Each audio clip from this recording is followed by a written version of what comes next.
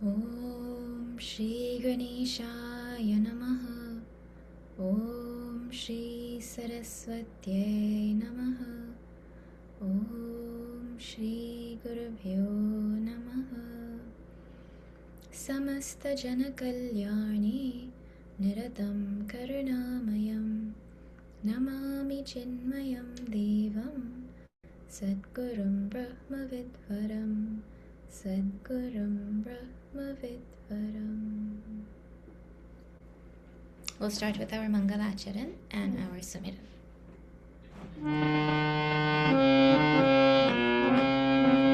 Varnanam Arthasanhanam Rasanam Chandasam Api Mangalanam Chakartaram Vande Vani Vinayaka Bhavani Shankara Vande Shraddha Vishwasarupiṇā Yābhyām Vinānam Pasyanti Siddhā Swāntasthāmīśvaram Vande Bodhamayam Nityam Gurum Shankararupiṇam Yamāśrito hi vakropi Chandra sarvatra vandyate Sītārāma gunakrāma Punyāranya viharinā Vande vishuddha vijñāna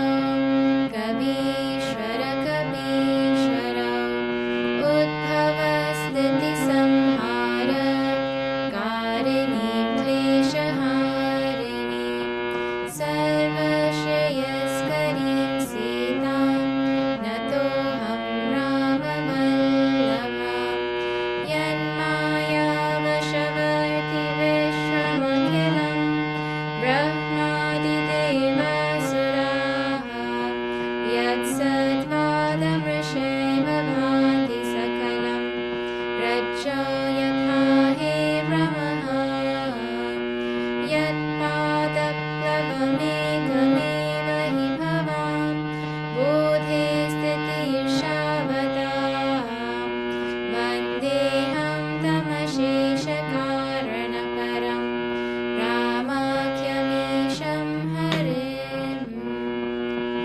Nana Purana Nigamagama Sammatam Yada Ramayane Nigadidam Vachidanyatoti Svata Sukhaya Tulasi Raghunatha Gatha Asha Nibandhavati Manjulamantanoti Asha Nibandhavati Manjulamantanoti Hari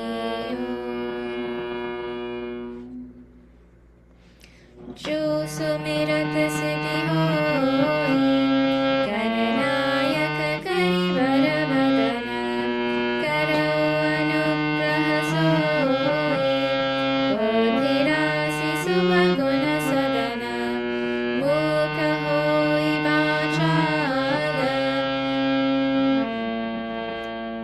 Mukha Hoi Vācāla Pambucharai Girivaradhana Jasu Kripa Sudayala Prabhau Sakala Kalimaladhana Nila Saroruhasyama Taruna Aruna Bharijanayanā Karau Somama Uradhama Sada Ksīrasāgara Sayana Kunda Indu Samadeha Kumaramana Karunayana Jahi Dīna Paraneha Karau Kripa Vardhanamayana Bandhau Gurupada Kancha Kripa Sindhu Nararupa Hari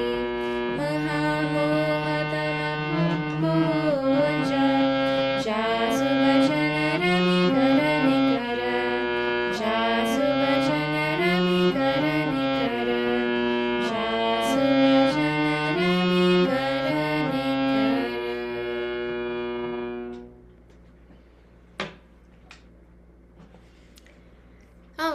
Welcome back, everybody. We are seeing Kishkinda Kanda, and we are in the section where Bali has just been sent to Bhagavan's Loka, and Tara came. Tara, Bali's wife, came, lamenting and crying, and Bhagavan Rama, in just a few words, gave her Atmanyan.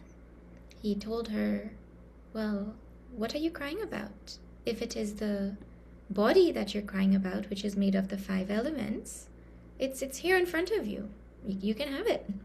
And if it is the jiva, well, the jiva is eternal, and he has gone to my loka, and he's happy and fine. So what are you crying about? And somehow that was enough for Tara's deep lamentation to go away. That little bit of those few words that Bhagavan Ram said were enough for her to gain clarity, to gain knowledge. Knowledge arose. And as a result of that knowledge which arose, she asked for endless devotion to Bhagavan. And that shows how the culmination of knowledge finally is in love. And so, very beautifully, that happened. And so Bali went to his loka, and Tara, well, got the fulfillment, the boon of wisdom. She got the boon of devotion that was born because of the wisdom that Bhagavan gave her. For someone to be able to get Atmanyan like that, with just like 2 words from Bhagavan, it means they would have had to have been very wise, very pure. It's so interesting how 2 of the 5 women, that are so great in this Ramayana, are married to Rakshasas. There's Bali and Tara, and then there's Mandodari and Ravana. It really shows how it doesn't matter who you're with. It really only matters who you are. That is the determining factor for our own spiritual journey. We ourselves. We cannot blame any situation. Look at who Tara was, right? Married to Bali. Anyways, we saw that section. Now, Bhagavan has fulfilled his word to Sugriva. He has killed Bali with 1 arrow. He also showed Bali how Bali was right, that he really is Samadarshi. He said, Bali, you want your life back? Right? And he gave Atmanyan to Tara. And so many intense things happened. Now Bhagavan Shiva gives commentary on that. We had stopped right in the middle of that section, so we'll pick up right from there. This is after Doha number 10, halfway through. I think we were halfway through after Chaupai 3. Uma Daru Joshita Kinai. That's where we were supposed to start today, right? We had chanted it, and I left everybody with a question. Y'all remember the question? Did I ask a question? No? I don't know if I'm dreaming that I asked, but I think I did. I think I asked, about free will versus destiny. Oh, yes. Now that you mentioned, maybe you did it. I also dreamt that. Same dream we had.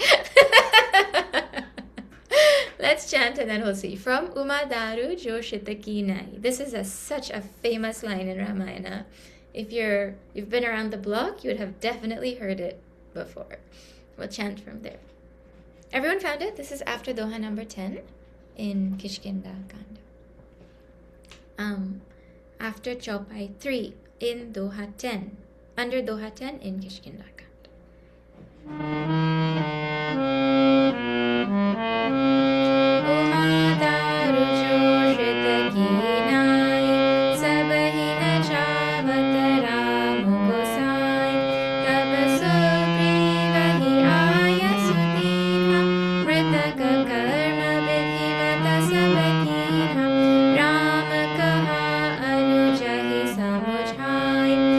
Raj Dehu Sugriva hi jai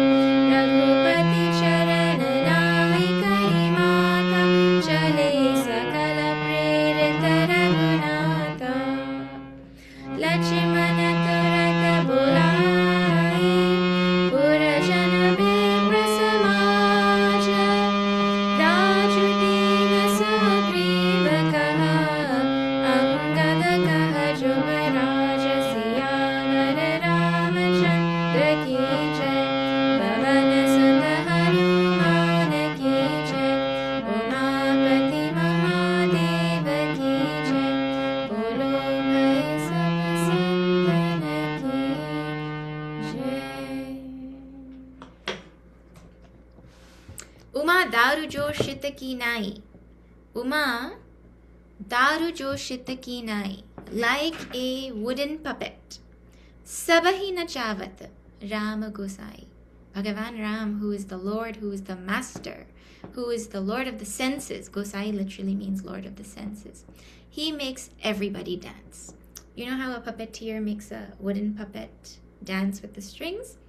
Bhagavan Ram makes everybody dance like that. Who is telling this? Bhagavan Shiva to Parvati. Bhagavan Shiva is Jnanaghat, remember? He's talking from the highest point of view. And his point is, well, where does this fit in what just happened? Well, what happened is everything happened exactly as it should have happened. Everything happened exactly as Bhagavan willed it to happen. And when we hear lines like this, the most common question that comes to is that, does that mean that we don't have free will? It's all only destiny? Well, why am I doing anything? And so I hope you all thought about it. The question comes very frequently. It's like one of the, if you get a book of frequently asked questions in satsangs or at the end of satsangs or in general Q&As, this one is at the top of the list. Most frequently asked question is there free will? Or is it free will or destiny? Can everyone hear me okay? Yeah, okay. We usually ask this question because we have colonial minds. Means, with so many years of colonial education, we start to think like that also. And in that, we've started to think in black and white, meaning it's either one or the other. There's either free will or destiny. Now tell which one it is. Huh? But in Shastras, there's nothing black and white. There's nothing exclusive. There's no this or that.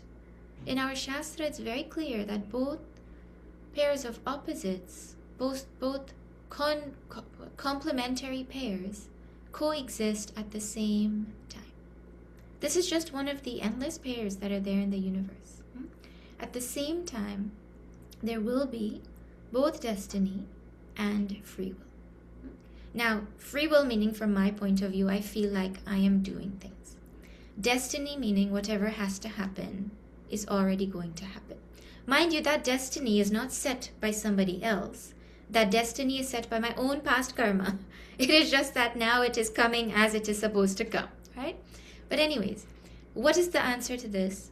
It's a very simple thing, and this thing is answered very elaborately in when you address this topic, but just to think about or to start thinking about. From Bhagavan's point of view, it is all destiny. From our point of view, there is free will.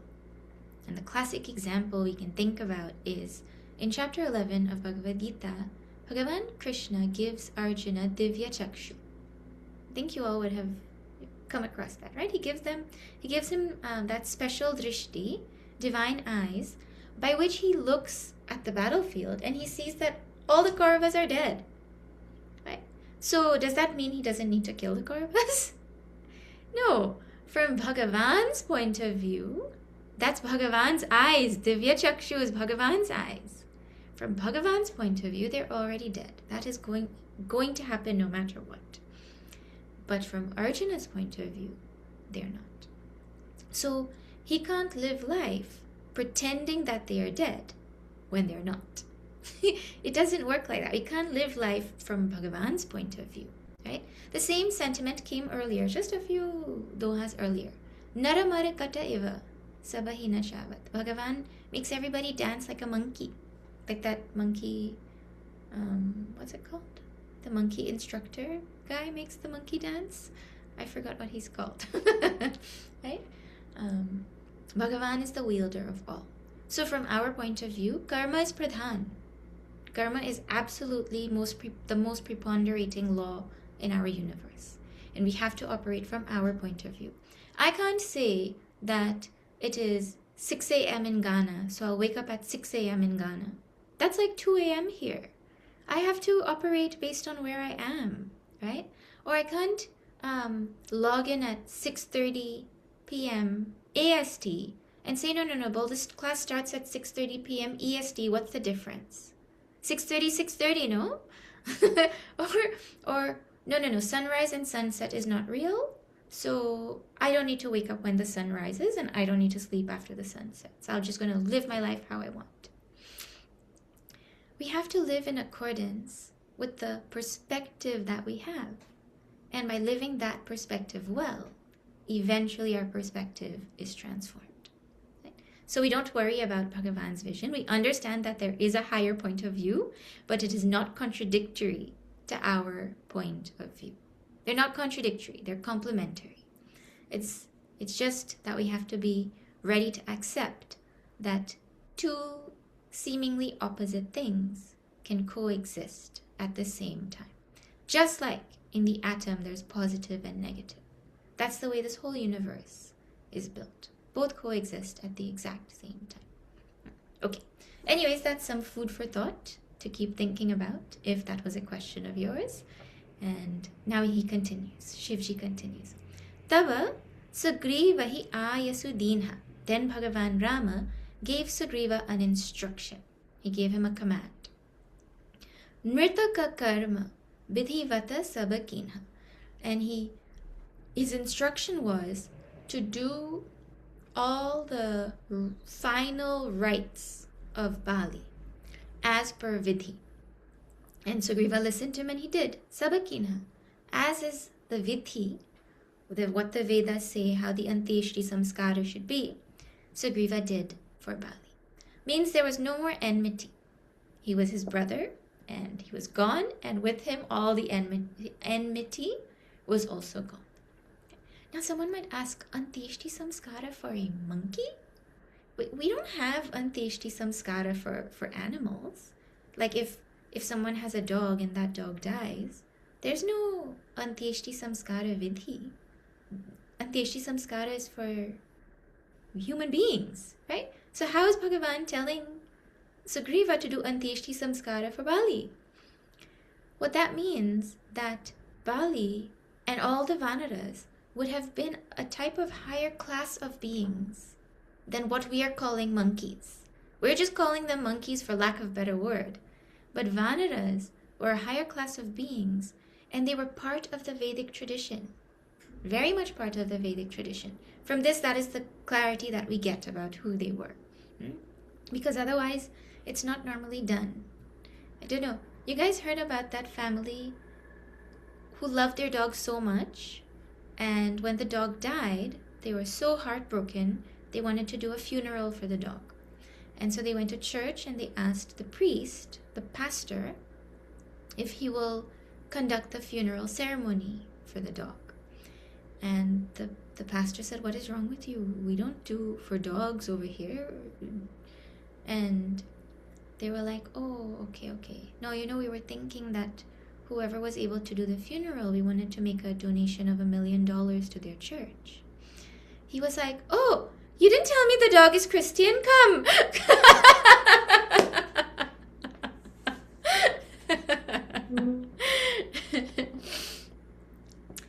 But Bhagavan gave instruction that he should do the vidhi.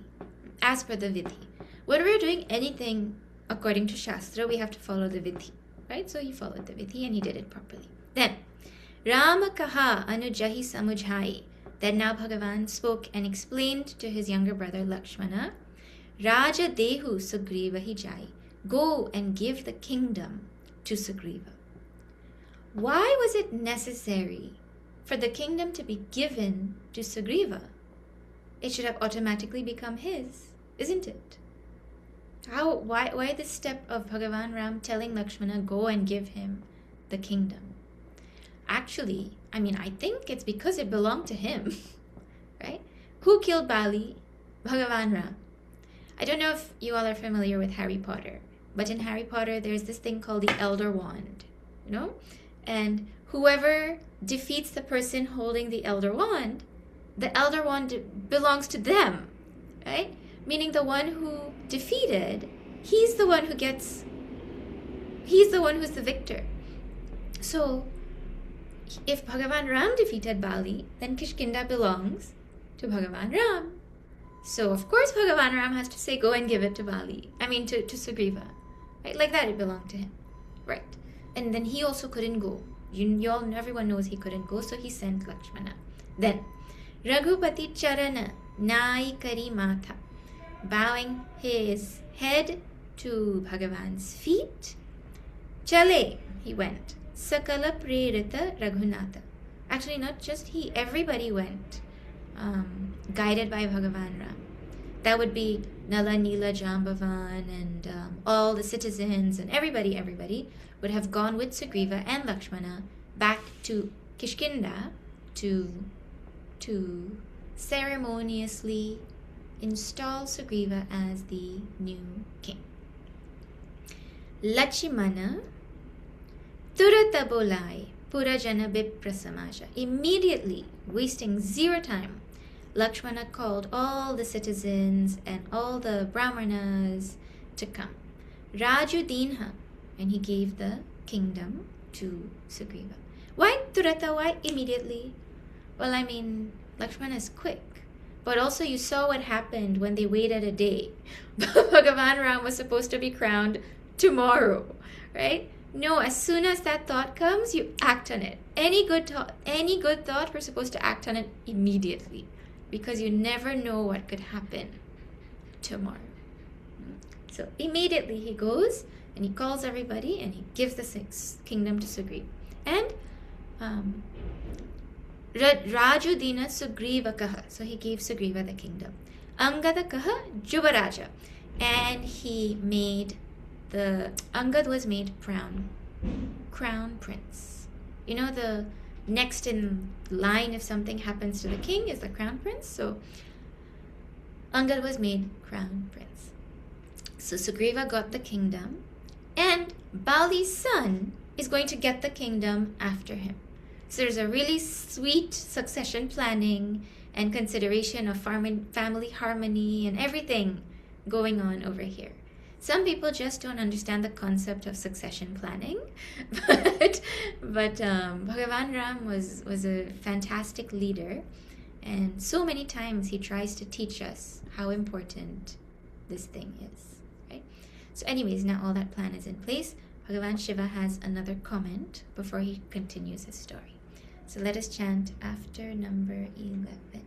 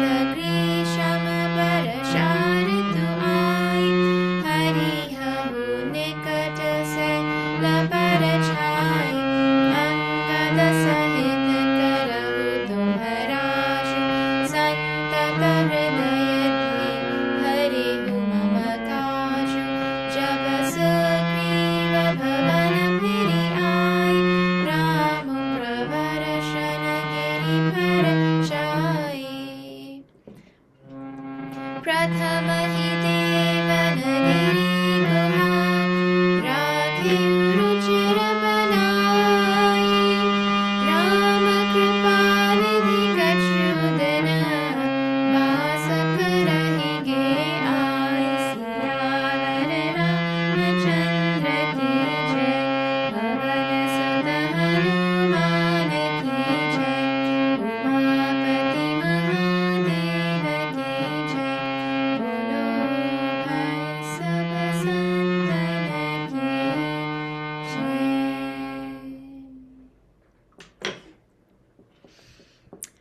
Uma means Bhagavan Shiva has something to say. O Uma, Rama Sama, equal to Rama.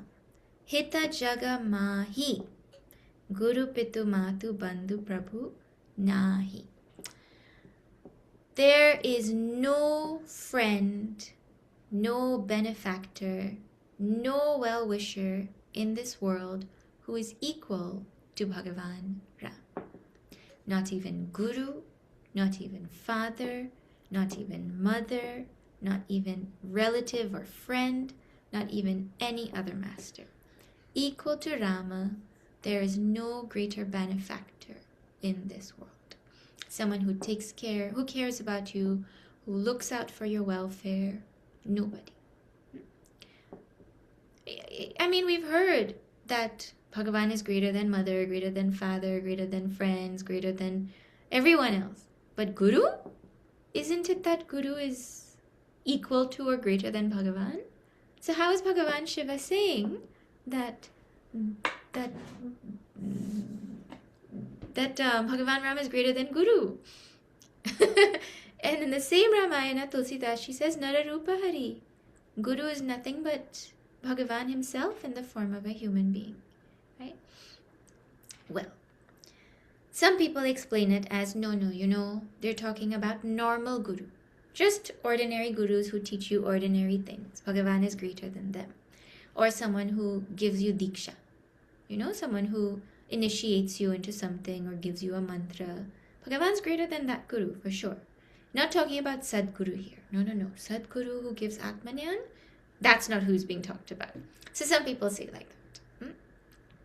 Then other people say, no, but he must be talking about Sadguru also. So how to make that make sense? The Guru who gives Atmanyan, Bhagavan is greater. Bhagavan is greater than him also? Well, the way to think about that is, even somebody who is a Sadguru, who is a Guru who will give us knowledge about the self, right? That person will only be a Guru for some people, not everybody. They will only be a Guru at a certain period of time, not at all times. But Bhagavan Ram is Jagat Guru. He's everybody's Guru at all times, in all ways. And so from that point of view, Bhagavan Ram is even greater than Guru. The other thing is that, really speaking, it is Bhagavan who unites the Guru and the Shishya in the first place. So the glory of Guru in my life is Bhagavan's glory only. My Guru wouldn't even be in my life if it wasn't for the greatness of Bhagavan. So from that point of view, Bhagavan is the greatest, right? And then the last thing is, who's the person who's saying, who's the narrator who's saying this? I shouldn't be calling Shivji a person, sorry. Who's the narrator who is saying this? Shivji is saying this. Shivji himself is Guru. When we talk about Sada Shiva Samarambham, right? Bhagavan Shiva is Param Guru, first Guru, Adi Guru. So he can't say I'm greater than or equal to Bhagavan when he's glorifying Bhagavan. So it's also an expression of humility. It's explained as it's an expression of humility also, right? But how is it that, but the point is, really speaking, Bhagavan Ram is our greatest benefactor. He is the one who has our greatest welfare in mind. Okay. And that is why he gives us the Guru we have. Right? Alright, then. Sura Nara Muni Sabake Yahariti. He says, it is the policy, it is the rule of everybody. Devatas, human beings, munis, right? Of everybody. What is it? Svaratalagi Karahi Sabapriti. Everybody loves or is friends with someone else only because of some selfish motive.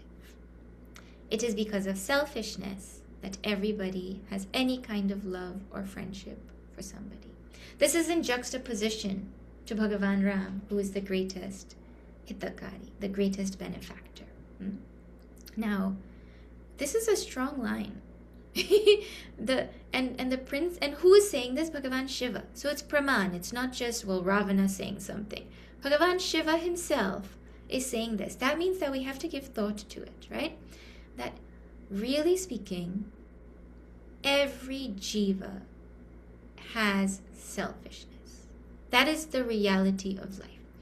As long as I am a jiva, I am selfish. No matter how selfish, selfless I look, the jiva is selfish. And there's lines in the Upanishads that say, like, Atmanastu kamaya sarvam priyam bhavati. It is only because of the self, myself, that I love anyone or anything in this world. So he's saying everybody is selfish. Well, Devas is easy to understand, right? I mean, Tulsidasji just does not let us forget that. Indra is like at the top of the list in Tulsidasji's mind, and so Devas come first right here. Then human beings. Yes, it is true, that we can admit that we have selfishness. We care about me, we care about my people as opposed to other people. Fine, I agree with that. But Munis? Munis have selfishness also? Shivji is not talking about enlightened Munis. He's talking about normal Munis. When you're enlightened, you're no more a jiva. You don't fit this description anymore, right? Even, Vishwamitra Rishi came to Dashrathji. And what did he ask for? He asked for Bhagavan Ram to come and protect his Yagna. Right? It was for a good cause, but there was still a selfish desire there to get Rama. I mean, if you're going to have a selfish desire to see Bhagavan, no problem, right? But that desire is there, right? And so the difference is the hierarchy of selfishness is different. Devas, according to Tulsidasji, Devas on top, then human beings, then Munis. And I mean, Munis could be way, way, way down, right? A slight percentage even. But the point is, everybody is born selfish. And our Swami Prakashananda just endlessly goes on talking about how insidious this selfishness is in our personality, right? And it is only human beings that have the capacity to grow from selfishness to selflessness. Whole Bhagavad Gita is because of this one selfishness problem that brought Arjuna to his knees. That's how it started, at least, right? I heard Swamiji say, we're born selfish and we die like a fish. I mean, I'm probably paraphrasing it. I don't remember the exact way it said it, but like that, right? If we live our whole life and we don't evolve from selfishness to selflessness, then in the eyes of the rishis, we have wasted our human privilege. Anyway, then, where did it go? Bali trasa, byakula dinarati. Out of fear of Bali, and he was trembling all day and all night. Tana bahu brana, his body was filled with scars and bruises. Chinta jarachhati, his heart was burning with fire. What, Shivji? What are you saying?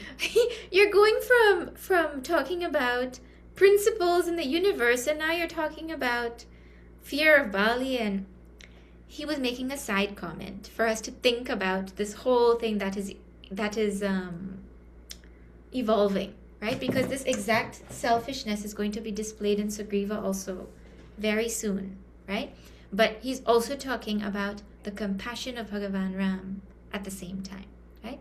In the next line, Soi Sugriva. That Sugriva was being talked about in line 1.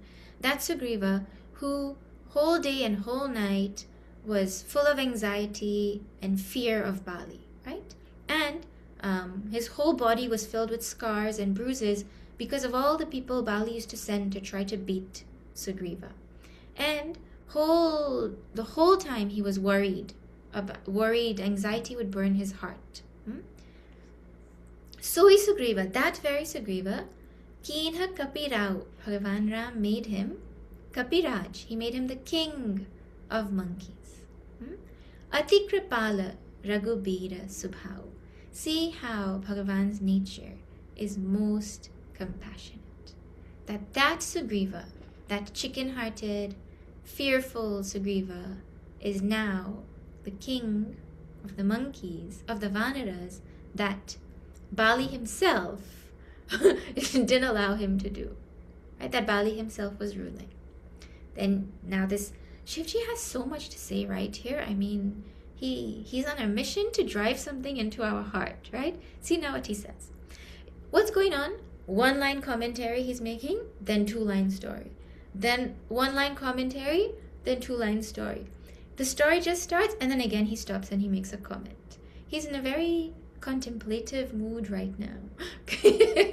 So he's telling us what? He's telling us Janatahu asa prabhu pariharahi, knowingly abandoning such a Lord, this most compassionate Lord that he was just talking about. Kahe na bipati jala nara parahi. How is it that a person will not fall into the trap of trouble, into the net of misfortune? How is it that casting out, knowingly abandoning such a loving, compassionate Lord, how will they not get sorrow? How will they not get misfortune and trouble? It's a rhetoric question, right? And the implication for us would be, if there's sorrow in my life, it means somewhere, somehow, I have cast out Bhagavan. That's the logical conclusion of what Shivji is saying. Have we cast out Bhagavan? You say, no, but I've kept Bhagavan in my mandir. I haven't cast him out. I love Bhagavan Ram very much. Or I love Bhagavan Krishna and he's the same. I mean, that's not called casting out. I haven't cast out Bhagavan, so why is there sorrow in my life? Is it not that in the mandir you find the most sorrowful people? Going and crying to Bhagavan, please this, please that. So how is it that Shivji is saying that by casting out Bhagavan we get sorrow? When we have sorrow, even when we don't cast him out. Actually, you think about it. Right now, we think joy is in objects. That's the way we live our life. We say whatever we want, but the reality of our experience is that we're convinced that there's joy in objects. True or false? Joy in food, joy in movies, joy in family, joy in snow until it becomes too much, joy in the sun until that becomes too much, joy in everything, right? There is joy in objects in our mind. And those objects are separate from Bhagavan, or they are Bhagavan in our mind. Oh dear Bhagavan, I love you as the sun. Who goes and says, oh dear Bhagavan, I love you as this chocolate cake. There's no Bhagavan Ram when I have my chocolate cake. It's me and cake, right? Have we not cast Bhagavan out at that time? Have we not said, no, there's joy in this cake and that's where my joy is coming from, not Rama right now? You wait, Ram, let me finish this cake and then we'll chat again after that. This is Shivji's Praman.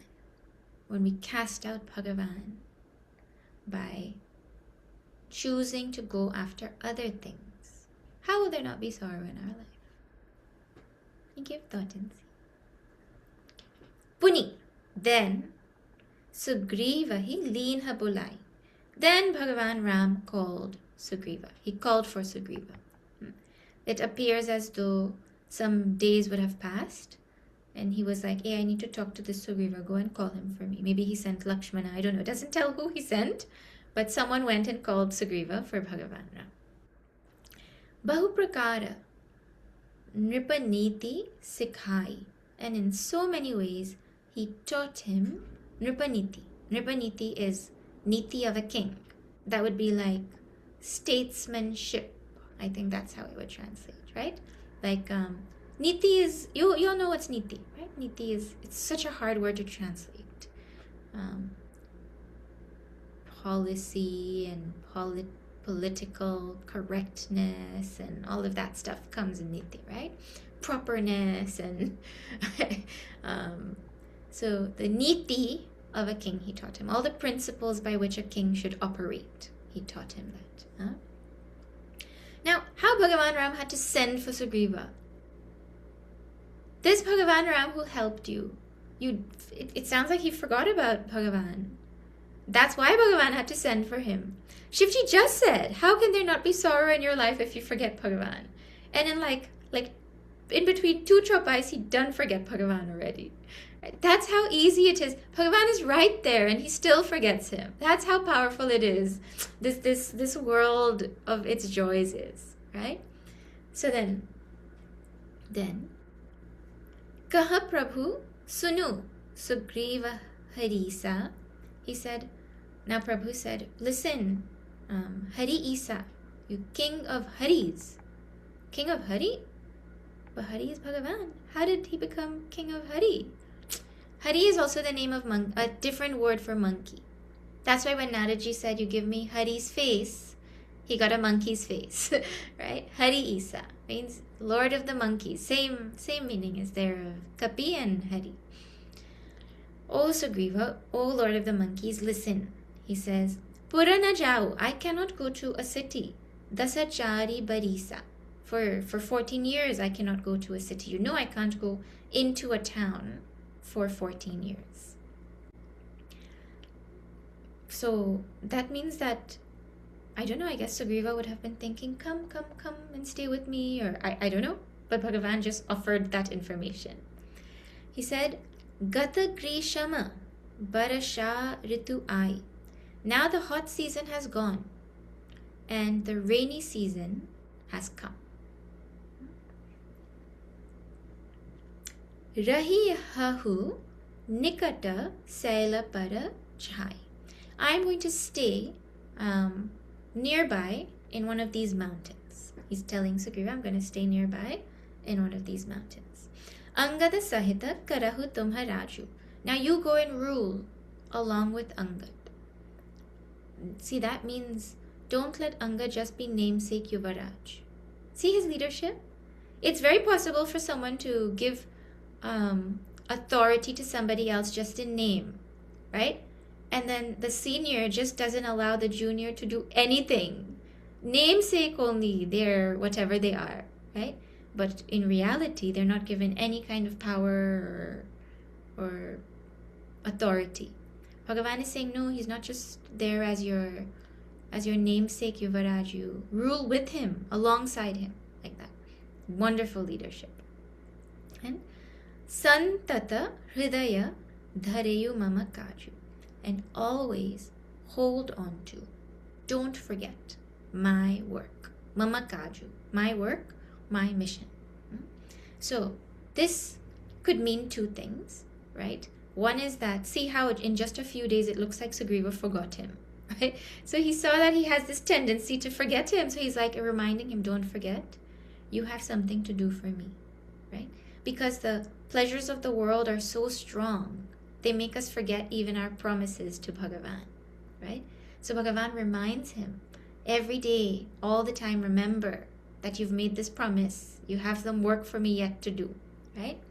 The other side of it is, whatever you do, don't forget Ram, it's Ramakaj.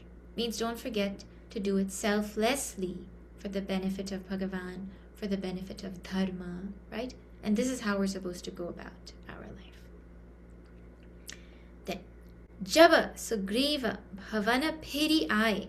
When Sugriva returned back now to the palace, Ramu Prabarashana Giri Para Chai. Bhagavan Ram went to take abode or take residence in this Pravarshan mountain. There's a mountain outside of Kishkinda called Pravarshan Giri, and he went to stay over there. You see how there's no mention of Sugriva asking, how can I make your stay more comfortable? What can I do for you? What can I give you? Remember when Bhagavan Ram went to meet Nishadraj back in Ayodhya Kanda, Nishadraj said, come inside. And Bhagavan said, no, I can't come. And so Nishadraj, well, he and Lakshmana made a bed of leaves for Bhagavan to sleep on. There was consideration of, what are you going to do, Bhagavan? Right? But it appears here that there is no thought also from Sugriva about what is going to happen to Bhagavan. And Bhagavan also didn't say anything. He didn't say, hello, I'm your guest. Hello. He didn't say anything. He didn't say, but you made a friendship pact. What kind of friend are you being? Nothing.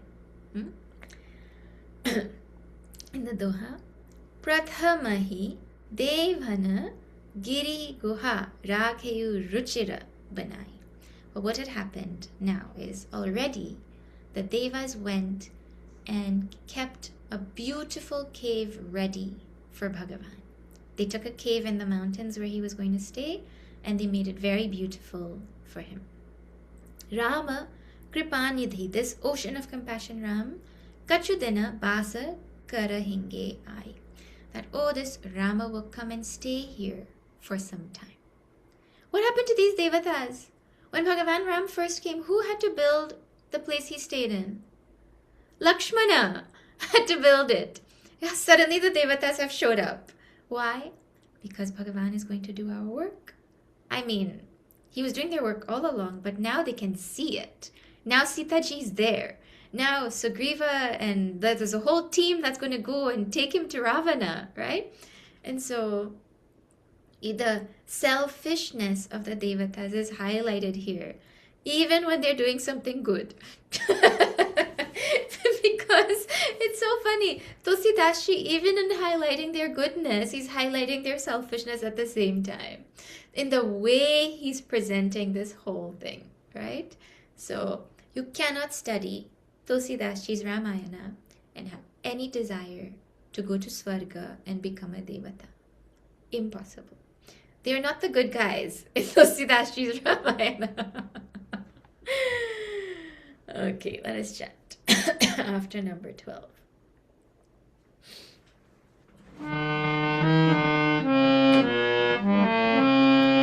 Sundarabana kusumita atisobha gunjata madhupa nikkara madhulobha kandamula phalapatra sumai hai bahuta jabate prabhu ai dekhi manohara sela anupa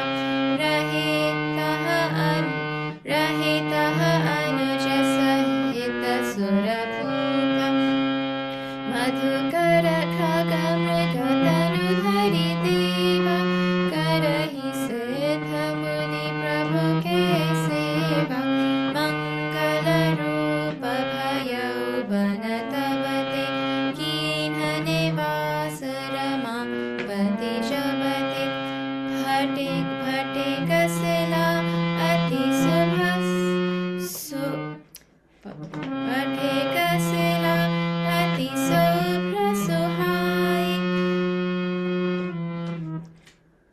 sukha asinataha tahadvabhai kahata anujasana gatha aneka bhagati virati nripani diviveka varashakala meghana bhajai garajatalagata paramasuhai Lachimana deku moragana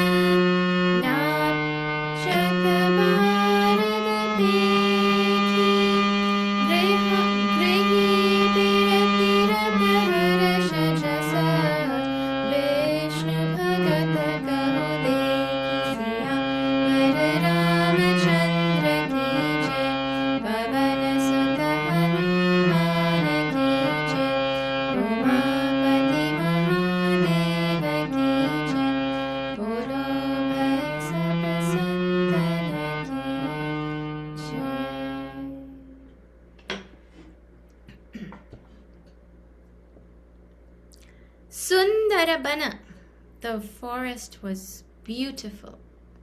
Kusumita, it was filled with flowers.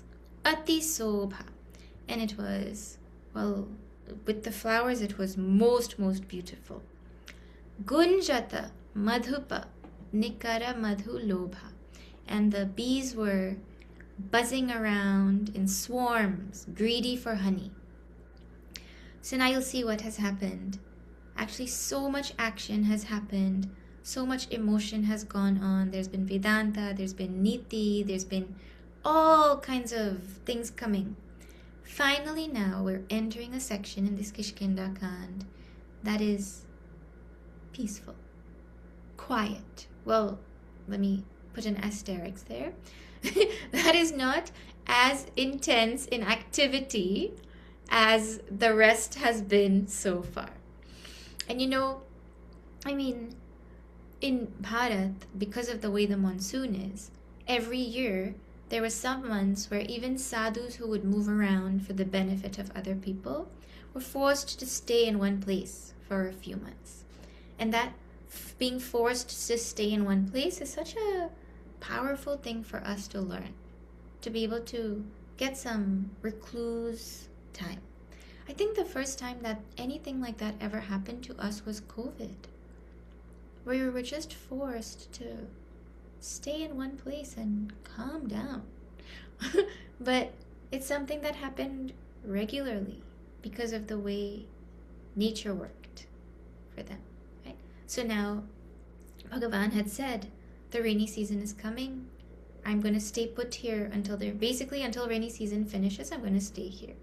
And that would also have been out of compassion for Sugriva's monkey army, because monkeys don't like rain.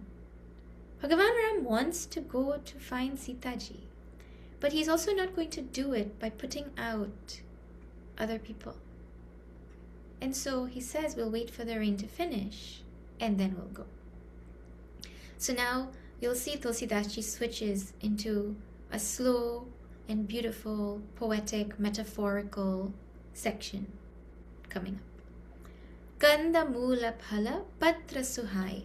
There were beautiful bulbs and roots and fruits and leaves.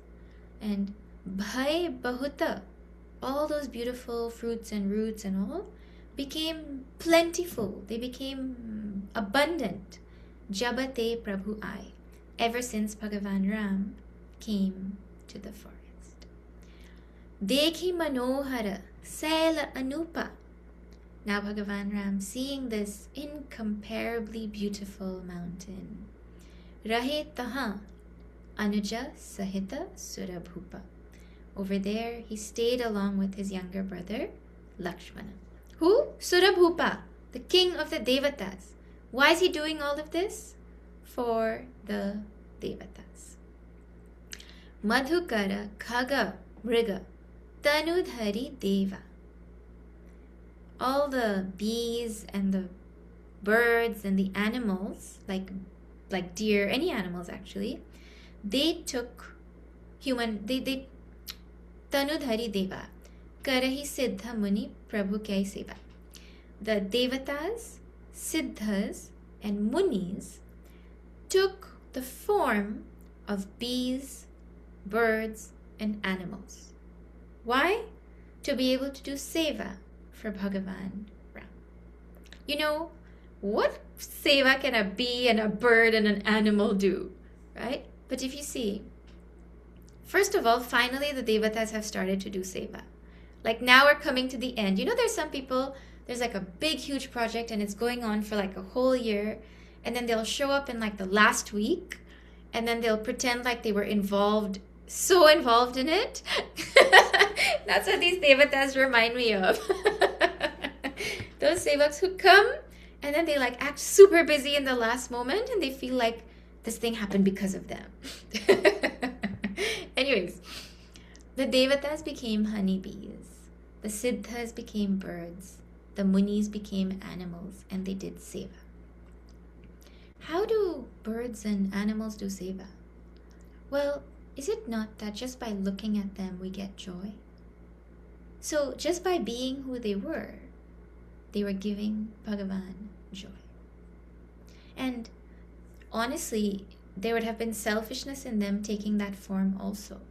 Because can a human being come and sit in front of Bhagavan Rama and stare at him all day, even if they want to?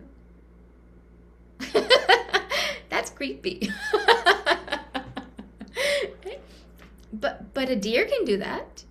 Come and just sit at Bhagavan's feet and stare at him all day and drink the beauty of his form. I mean, the deer can go and rub up against Bhagavan. The bird can sit on Bhagavan. So there would have been some benefit they were also getting by being all these different forms of beings that they had taken up, right? But they came there with the intention to give joy to Bhagavan Ram. And if you see, actually what is happening is the forest is becoming fit for Bhagavan. He's a king. I mean, he's the Lord of the universe. So wherever he goes, the universe becomes fit for him to be there as the Lord himself.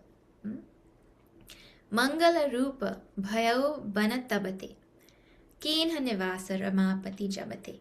Ever since Ramapati, the Lord of Vishnu, Bhagavan Vishnu's, the Lord of Lakshmi, the Lord of Lakshmi, ever since he came and took up abode in this forest, Mangala Rupa Bhayau, it became the very form of auspiciousness. I mean, if he has Lakshmi, of course there will be prosperity, right? Anyways, his presence itself made it auspicious. Phatika sila ati subhra suhai, sukha asina taha dvaubai. Now there was a beautiful crystal rock there in the forest, glistening. And most comfortably now, both brothers went and sat on that rock. Tulsidasji takes time now to describe this setting. And from here, this section of Ramayana is called by Guruji as Sri Rama's Reveries in Nature. There's a little tiny book called Sri Rama's Reveries in Nature about how he passed his time. During COVID, I was thinking to do this section and I was thinking to call it Lord Rama in Lockdown.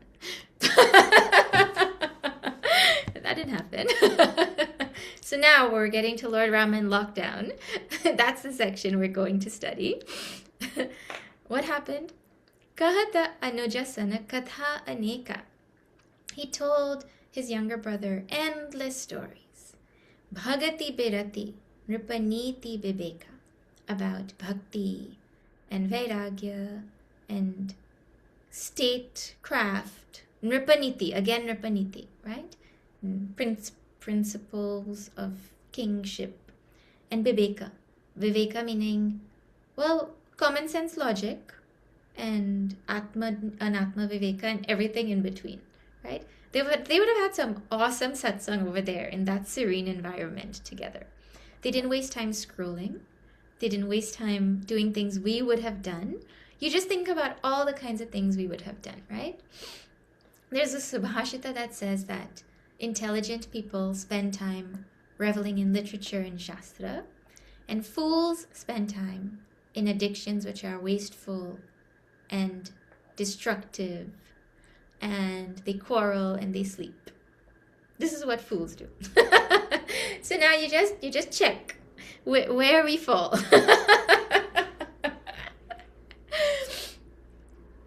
You know, everything that we engage in for entertainment in society today will qualify as an addiction. Our food, we're addicted to certain foods. We're addicted to sugar. We're addicted to, what is it called? Ultra-processed food.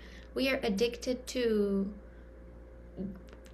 nice-looking food. Like if my food doesn't look good and I can't take a picture of it, don't bother. You know, don't even bother bringing it. Addiction as a society, addicted to, and the addiction means that if I don't get it, I feel like something is missing, wrong. I need it, right? Think about the number of hours we have wasted, even just the number of us here together, in movies, in watching shows, in playing games, You know, to pass time on the plane, what did they do? They give you a screen, like those long haul flights, they give you a screen, and on that screen, they put movies and they put games, and they know that your time is just going to finish because that's the perfect way to waste time. Right? And so, well, here, he's showing us how to spend time. He's showing us what to do with time when we have time, right? And so he kept his intellect engaged. He kept his intellect in satsang. Barasha kala megha nabha chhai garajata lagata paramasahai. So now it was rainy season. It was time for the rain to come. And the dark clouds were there in the sky, and it was overcast. And all of these dark rain clouds started to rumble and thunder, and it was most beautiful. Tulsidasji is describing. And he says, Lachimana dekhu, Lakshman, look, Mora Gana, this whole group of peacocks, Nachata Barida Pekhi, they're dancing just at the sight of the clouds. That's what happens. I think the peacocks start to dance when the rain clouds come. Grihi Birati Rata Harasha Jasa Vishnu Bhagati Kahudeki. How? Like a householder, a grihastha, who reveling in dispassion, means who has a good dispassion, would be happy seeing a bhakta of Bhagavan Vishnu come to their home. So a grihastha who has great dispassion, how he would be happy seeing a bhakta of Bhagavan come to his house, like that the peacocks are happy seeing the rain clouds and starting to dance. Well, first of all, Bhagavan Ram is giving the indication that this is what grihasthas are supposed to be happy seeing, right?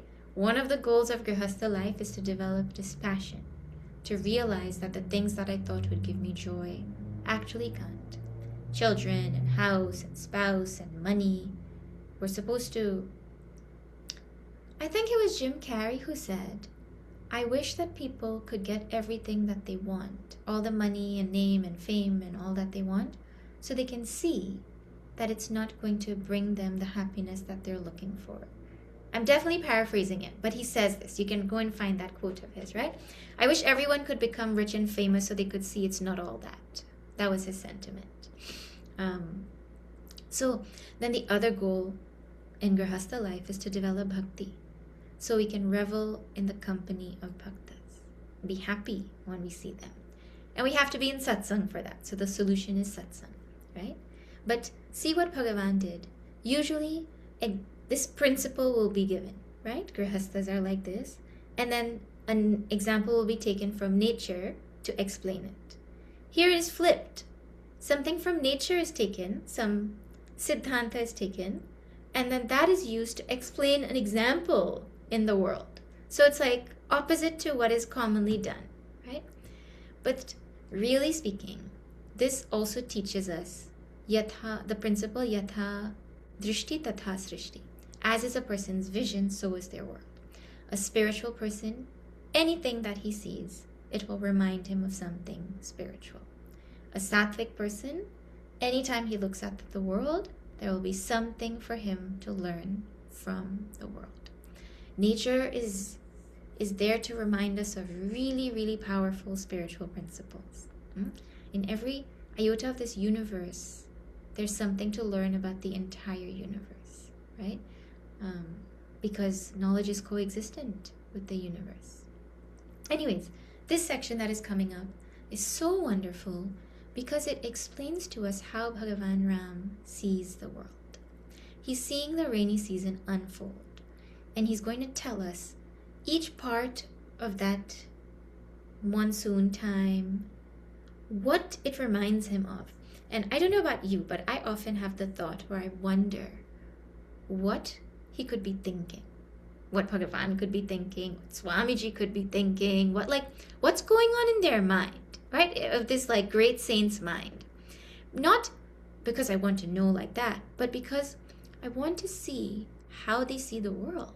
I think it's so cool to think about how they see the world, because then I can try to see the world like that. Well, here in this section, Tulsidasji, I don't know, I think Bhagavan Shiva now is describing with Bhagavan himself talking how he sees the world. It's a really, really cool section. So if we start now, we won't be able to finish it properly. So we'll pause and we will take it up properly next week. Sri Rama's reveries in nature. His reflections about the beauty of nature and how many things it teaches us. And after the rainy season finishes and the autumn comes, he keeps going. It's a really special section that is coming up. So if you know anyone who's interested in even just that part of Ramayana, you can let them know to join. I don't know if it'll take 1 or 2 classes, but we'll start next week and we'll see where we get. And if you haven't heard it before, well, then you're in for a treat. Many people don't even know it exists in Ramayana. Like, we know the general story. We know that, okay, Sugriva went and he forgot about Bhagavan Ram, and then Bhagavan Ram had to send Lakshmana to threaten him. But what happened in that time? Such beautiful satsang happened in that time. So we'll see that next week. Okay, I'll do closing prayer, and then if anyone wants to share anything or ask anything, we'll do that. Om Purnamada Purnamidam Purnat Purnamudachyate Purnasya Purnamadaya Purnameva Vashishyate. Om Shanti Shanti Shanti. Hari Om Shri Gurubhyo Namaha. Hari Om Shri Sadgurunath Maharaj Ki Jai.